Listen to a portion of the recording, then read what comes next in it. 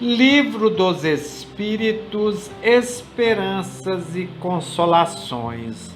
Livro 4, capítulo 2, Penas e Gozos Futuros. Natureza das penas e gozos futuros. Questão 965. As penas e os gozos da alma depois da morte têm alguma coisa de material? Elas não podem ser materiais, uma vez que a alma não é material.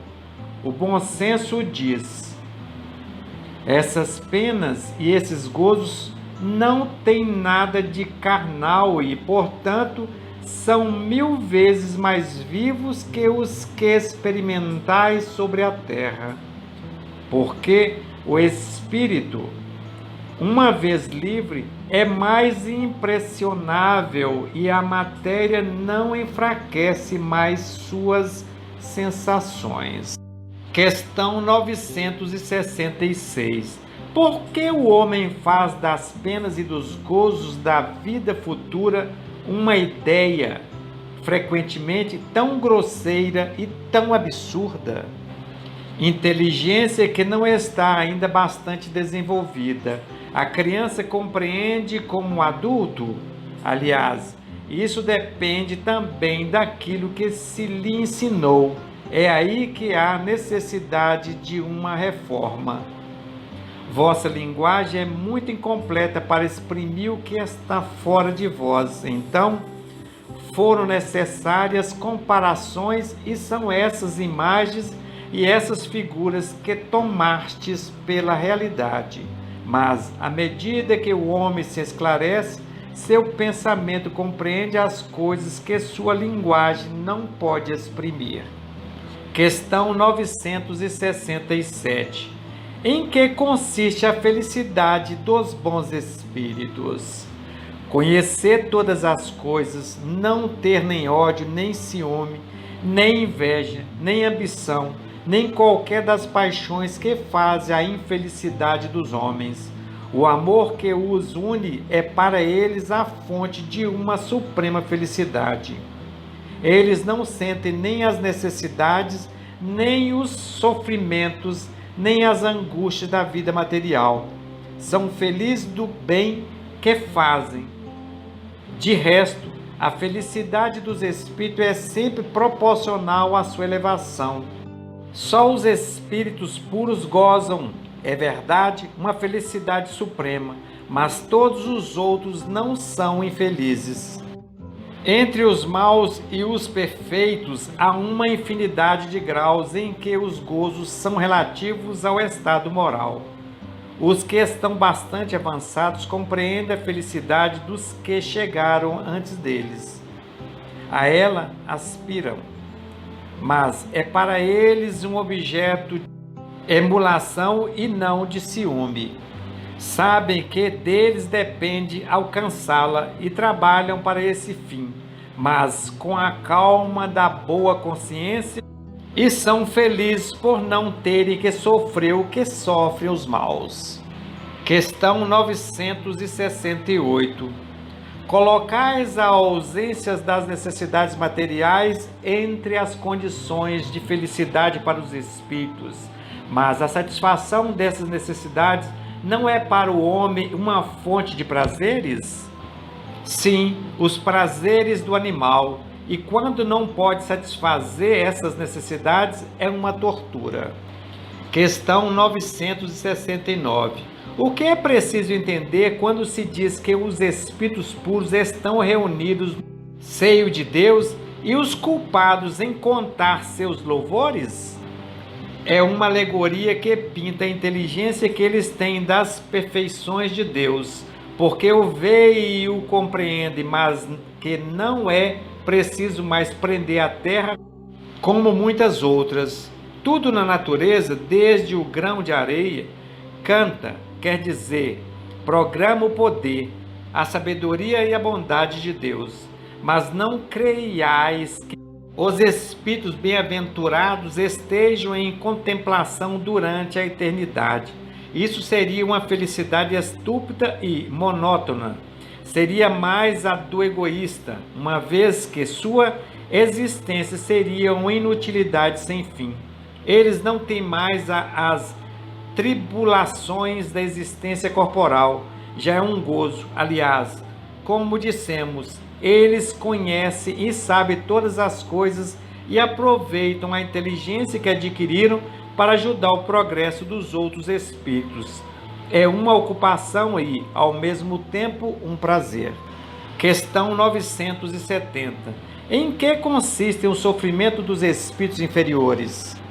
Eles são tão variáveis quanto as coisas que os produziram e proporcionais ao grau de inferioridade, como os gozos o são para os graus de superioridade. Podem sim reunir assim, invejarem tudo o que lhes falta para serem felizes e não poderem obter, verem a felicidade e não a poderem atingir, desgosto, ciúme, raiva, desespero daquilo que os impede de ser feliz, remorso, ansiedade moral indefinível. Eles têm o desejo de todos os prazeres e não podem satisfazer, e é o que os tortura. Questão 971. A influência que os espíritos exercem uns sobre os outros é sempre boa? Sempre boa da parte dos bons espíritos, claro. Mas os espíritos perversos procuram desviar o caminho do bem e do arrependimento os que eles creem suscetíveis de se deixar arrastar e que, frequentemente, arrastaram ao mal durante a vida. Assim, a morte não nos livra da tentação?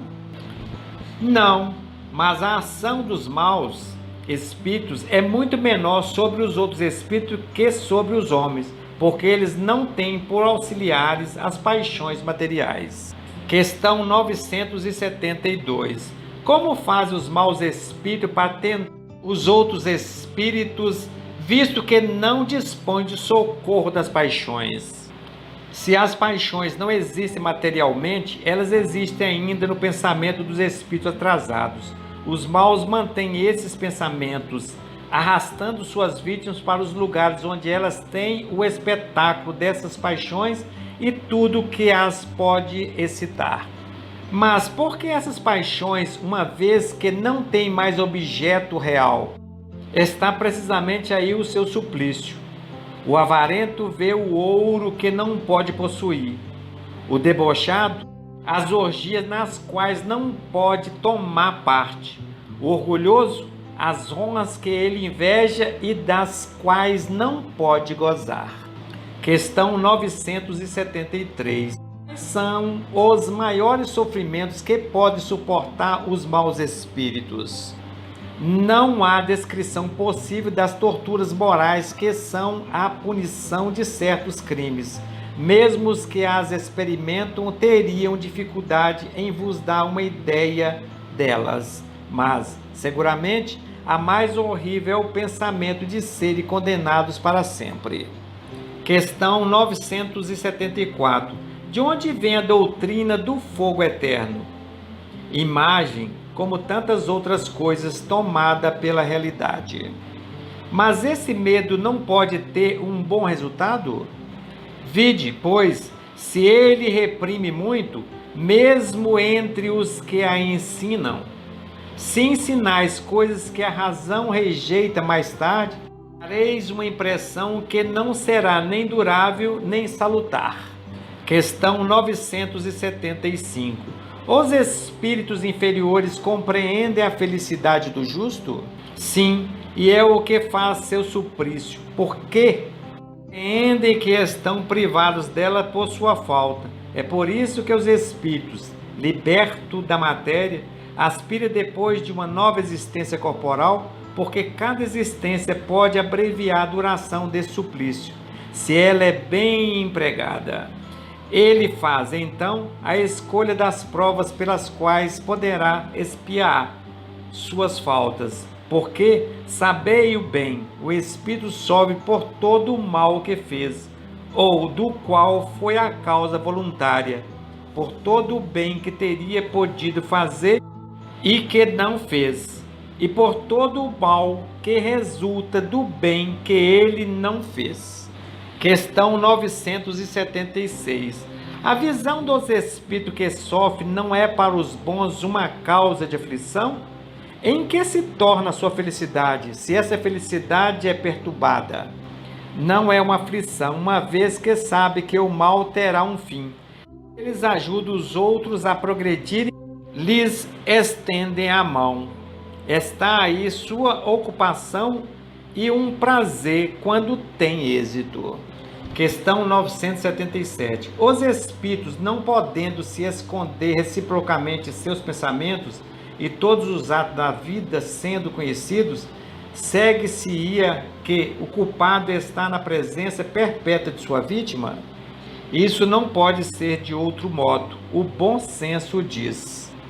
Essa divulgação de todos os nossos atos repreensíveis e a presença perpétua daqueles que lhe foram as vítimas são um castigo para o culpado?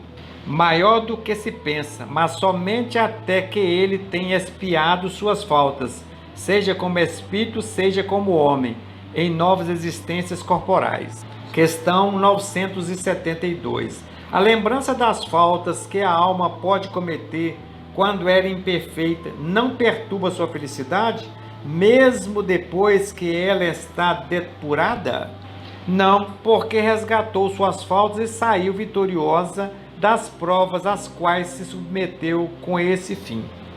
Questão 979. As provas que restam a suportar para arrematar sua purificação não são para a alma uma apreensão penosa que perturba a sua felicidade? Para a alma que está ainda enlameada, sim. É por isso que ela não pode gozar de uma felicidade perfeita senão quando esteja inteiramente purificada. Mas para aquela que já se elevou, o pensamento das provas que lhe restam a suportar nada tem de penoso. Questão 980. O laço simpático que une os espíritos da mesma ordem é para eles uma fonte de felicidade? A união dos espíritos que se simpatizam para o bem é, para eles, uma das maiores alegrias, porque não temem ver essa união perturbada pelo egoísmo. Questão 981. Há para o estudo futuro do espírito uma diferença entre aquele que, em vida, teme a morte e aquele que a vê com indiferença e mesmo com alegria? A diferença pode ser muito grande, entretanto, frequentemente, ela se apaga diante das causas que dão esse temor ou esse desejo. Quer o tema, quer a deseje, pode-se estar movido por sentimentos muito diversos e são esses sentimentos que influem sobre o estado do espírito. É evidente, por exemplo, que naquele que deseja a morte unicamente porque vê nela o termo de suas tribulações, é uma espécie de murmuração contra a providência e contra as provas que deve suportar. Questão 982. É necessário fazer profissão de fé espírita e de crer nas manifestações para assegurar nossa sorte na vida futura? Se fosse assim, segue-se-ia que todos aqueles que não creem ou que não tiveram o mesmo modo de se esclarecer são deserdados, o que seria absurdo. É o bem que assegura a sorte futura. Ora, o bem é sempre o bem, qualquer que seja o caminho que ele conduz.